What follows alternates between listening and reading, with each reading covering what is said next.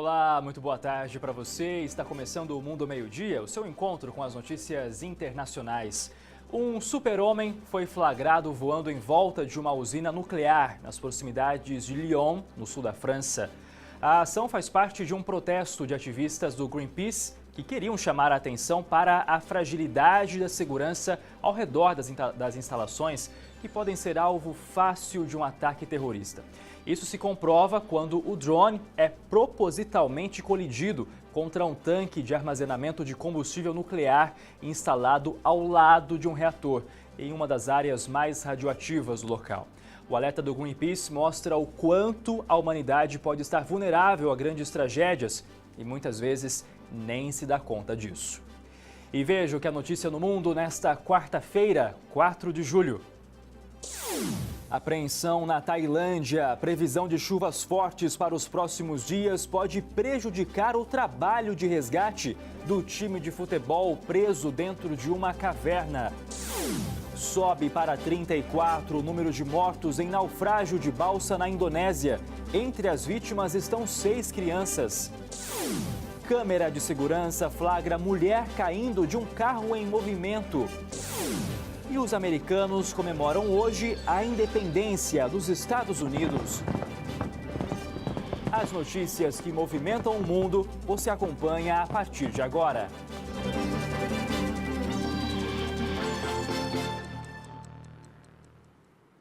A gente começa o Mundo Meio-Dia falando sobre a situação dos 12 adolescentes e o técnico do time de futebol que seguem presos dentro de uma caverna da Tailândia. Médicos que tiveram acesso aos meninos garantiram que eles estão saudáveis. As autoridades ainda traçam uma estratégia de resgate e se preocupam com as fortes chuvas previstas para os próximos dias.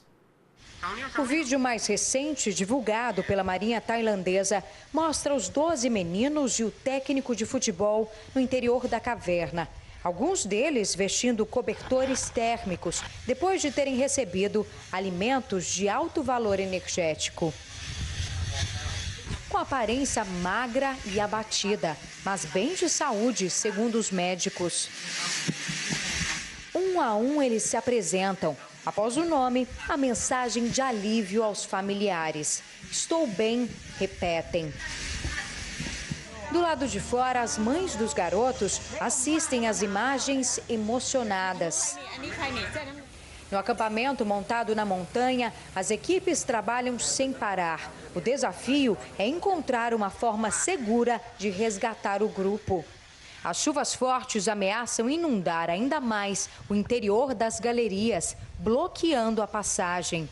Para alguns especialistas, a única solução será todos retornarem com o uso de equipamento de mergulho. Uma ação arriscada. A maior parte dos garotos não sabe nadar e poderia entrar em pânico durante o retorno. Eles ainda teriam que usar máscaras de respiração cobrindo todo o rosto, por causa da forte correnteza. Por enquanto, o plano das autoridades é continuar enviando medicamentos, água e comida para os jovens. O objetivo é enviar mantimentos suficientes para que o grupo consiga, se necessário, sobreviver por 4 meses dentro da caverna. Médicos e enfermeiros já se dispuseram a permanecer com eles no local e prestar atendimento pelo tempo que for preciso. É um drama que parece estar longe do fim. E a Organização Nacional de Transplantes da Espanha investiga uma polêmica envolvendo o ex-jogador do Barça, Eric Abidal. O ex-zagueiro de 38 anos teria recebido em 2012 um transplante de fígado. Chamadas telefônicas interceptadas pela Justiça mostram conversas do ex-presidente do Barcelona, Sandro Rosell, e apontam a possível compra ilegal do órgão. A notícia é destaque hoje no jornal El País. E o presidente Donald Trump pediu que escolas e universidades americanas deixem de considerar critérios raciais para o ingresso de estudantes. A medida incorporada na era Obama beneficiava candidatos não brancos. Com a nova determinação, as cotas raciais devem acabar nos Estados Unidos e voltar ao que era durante o governo de George Bush. A notícia está publicada no The New York Times. O Ministério do Interior da Alemanha está trabalhando na preparação de acordos com países da União Europeia para devolver refugiados. Segundo um porta-voz do Ministério, os refugiados serão levados ao país onde registram solicitações de asilo primeiro. O ministro do Interior vai viajar hoje para Viena, onde irá se reunir com o chanceler da Áustria. Enquanto isso, a chanceler alemã, Angela Merkel, deve se encontrar com o primeiro-ministro da Hungria. A porta-voz acrescentou que ainda não há prazo para a assinatura desses acordos. A polícia antiterrorismo investiga 2 casos de envenenamento na Inglaterra. As 2 vítimas têm cerca de 40 anos e o estado de saúde delas é grave. O incidente aconteceu numa cidade próxima ao local, onde o ex-espião russo Sergei Skripal e a filha foram envenenados com um agente nervoso há 4 meses. O homem e a mulher foram encontrados já inconscientes. Inicialmente, a polícia acreditava que eles haviam utilizado algum lote de droga contaminada. 80 milhões de pessoas estão em alerta nos Estados Unidos devido a uma onda de calor que atinge a costa leste do país. Em Nova York, a sensação térmica chegou aos 40 graus. Normalmente, verão em Nova York não passa dos 30 graus, mas esse ano... Muito calor. Muito demasiado. O dia está sufocante, diz este casal de Porto Rico. Na TV, os mapas dos apresentadores do tempo ficaram praticamente de uma cor só. Coube a eles explicar o motivo de tanto calor. É a combinação de tempo úmido e temperatura alta. Algumas cidades da costa leste americana chegaram a registrar 43 graus. Por isso, esse abana daqui, abana dali e haja protetor solar. A Prefeitura de Nova York alertou os moradores. Bebam bastante água, usem ar-condicionado e permaneçam em ambientes fechados. Mas quem aproveitou o dia ao ar livre lotou as praças da cidade e acabou se refrescando como pôde. Very, very hot. Viemos a turismo e com o calorão esse virou nosso programa do dia, diz a mãe da nora de 2 anos. Essa americana confessa que prefere ficar no ar-condicionado e tomar um sorvete. Não sei se é bom, mas vou provar um de abacate, diz este homem. Achou estranho sorvete de abacate? Pois aqui em Nova York, a onda de calor extremo anda inspirando as sorveterias da cidade a conquistar os clientes por sabores inusitados. Aqui nessa sorveteria, por exemplo, tem sorvete de chá verde, azeite de oliva e até de queijo cheddar para refrescar nesse calor. E aí, ficou com vontade? Sabores exóticos, hein? E se na costa leste uma onda de calor atinge o país, em outras regiões a ameaça é o tempo seco, que já causou grandes incêndios florestais. Os detalhes estão no nosso Giro de Notícias, que começa agora. No estado da Califórnia, o fogo já dura 4 dias. Um satélite da NASA registrou a fumaça no espaço. Já no Colorado, mais de 100 casas foram destruídas pelas chamas. Subiu para 34 o número de mortos no naufrágio de uma balsa na Indonésia. Entre as vítimas, há 6 crianças. 155 pessoas foram resgatadas com vida. Autoridades disseram que a balsa estava com 30 passageiros a mais do que a capacidade. Na Inglaterra, a funcionária de um hospital foi presa, acusada de matar 8 bebês e tentar assassinar outros 6 em uma unidade neonatal. A investigação começou depois que o hospital público notou um aumento no número de mortes dos recém-nascidos. A Justiça do Equador pediu a prisão preventiva do ex-presidente do país, Rafael Correa. Ele vive na Bélgica e descumpriu uma ordem de se apresentar ao Tribunal de Quito a cada 15 dias. Correa foi indiciado pela tentativa de um sequestro de um ex-deputado em 2010.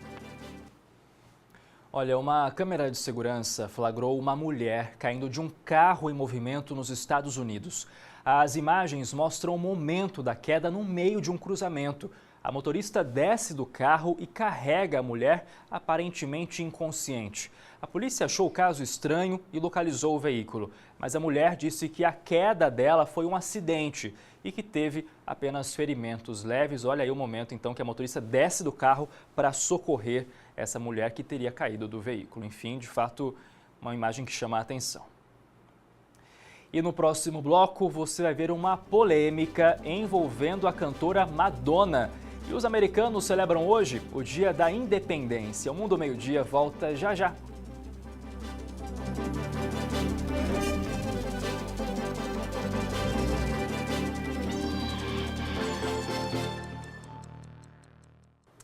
Olha, gente, a popularidade da cantora Madonna não vai bem, sabe onde? Lá em Lisboa, onde a popstar vive com os filhos. A história é a seguinte, ela foi criticada pelos portugueses por receber privilégios das autoridades locais. No caso, um espaço privado para estacionar os 15 carros por um precinho bem camarada. Entenda melhor aí na reportagem de Ana Paula Gomes. Estacionar em Lisboa, ainda mais nas regiões centrais, não é tarefa fácil. Preciso ter algum tempo e paciência para procurar o lugar e para estacionar. Se já é complicado para quem tem 1 ou 2 carros, imagina para quem tem 15. É o caso da cantora Madonna. Ela vive com os filhos no badalado bairro Santos, nesta rua, onde não há vagas.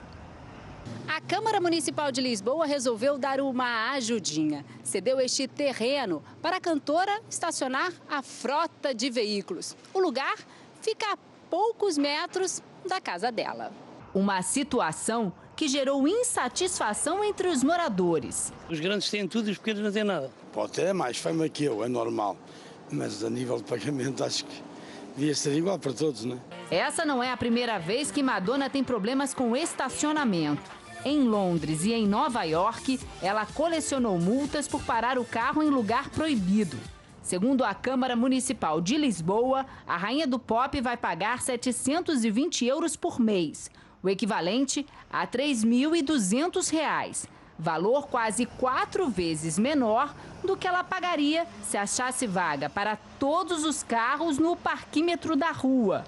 Para os lisboetas, um privilégio que não se justifica. Mais baratos do que o preço normal, supostamente uma pessoa que tem mais poder de compra, acho ridículo.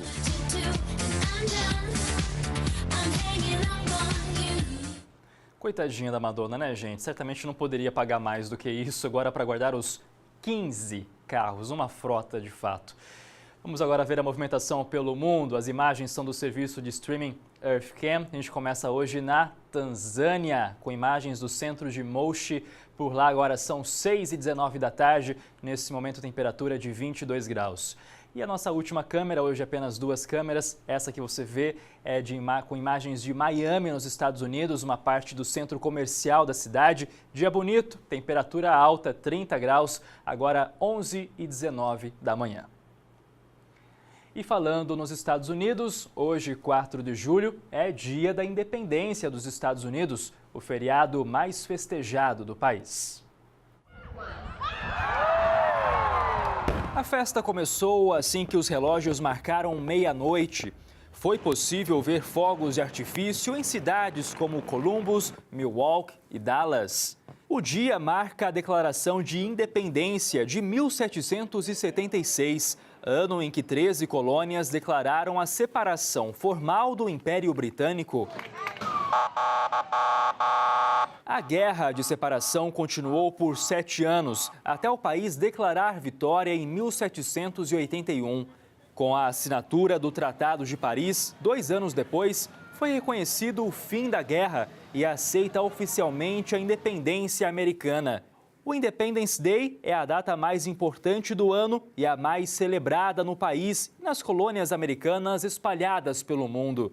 Desfiles, espetáculos, jogos, atividades esportivas, disparos de canhões e fogos de artifício são marcas registradas nas comemorações. O patriotismo é explícito. É possível ver a bandeira norte-americana em todas as casas, muitas delas pintadas no chão. Após a polícia prender um suspeito de planejar ataques terroristas, a segurança no país foi reforçada para garantir a segurança dos mais de 2 milhões de americanos esperados nas celebrações. O evento, feito pelo Capitólio, deve reunir vários artistas.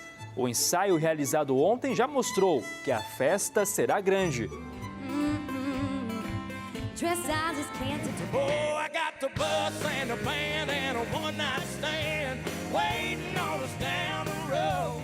O ator John Stamos será o responsável por conduzir o evento. Um feriado que promete movimentar o país. Uma grande festa para celebrar os 20 anos de luta pela independência. Fique agora com o Torcida Futebol Clube. Record News, informação para você crescer. Tchau.